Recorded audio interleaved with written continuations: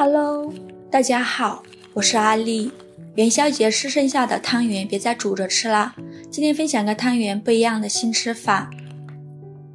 不用煮，不用烤，也不油炸，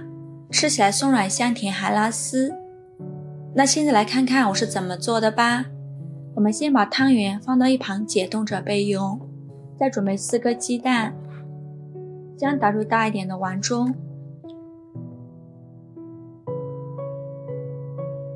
再加30克白糖促进酵母发酵，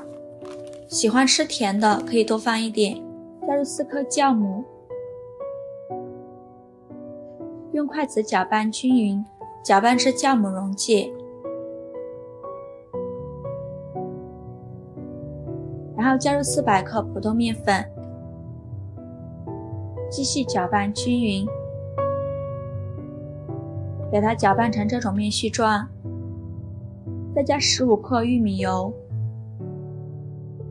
然后下手揉成光滑的面团，揉成这种稍微偏软一点的光滑面团，再把它转移到面板上，像洗衣服一样给它推拉揉搓，一边揉搓一边摔打，这样呢更容易揉出膜，直到拉开有层这样薄薄的膜就可以了。再把它整理成圆形，把它放入大碗中，盖上保鲜膜，发酵至原来的2倍大。像这样我们的面就已经发酵好了，体积已经变大很多，里面呈蜂窝状。面板上撒一些干面粉，把面团放到面板上，给它好好揉一揉，拍拍气，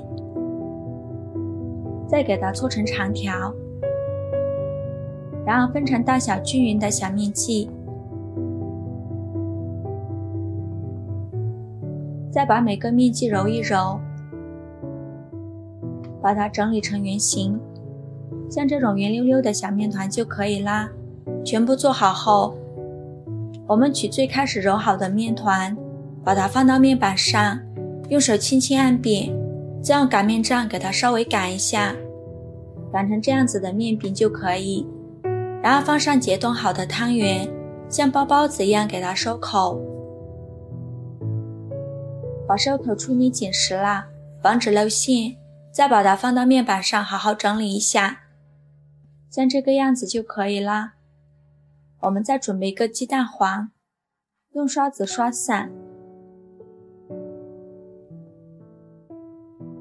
像这样我们的面就已经2次发酵好了，在表面刷上一层蛋黄液，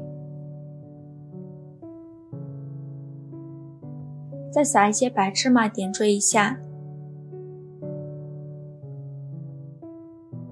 然后盖上耐高温的保鲜膜，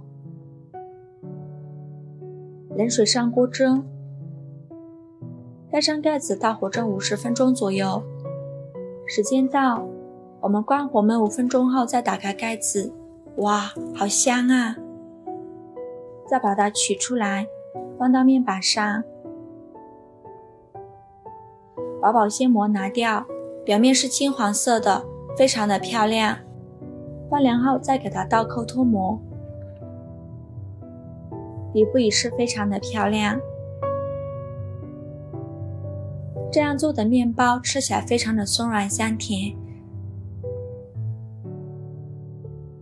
看一下，按下去就立即回弹了。我们再掰开看看，还有拉丝的感觉，真的是太松软了。中间是汤圆，掰开还有浓浓的花生香味，吃起来外层松软香甜，内层吃起来软糯香甜，看着我口水都快流出来了。做法也是非常的简单，喜欢的朋友就赶快收藏起来试试吧。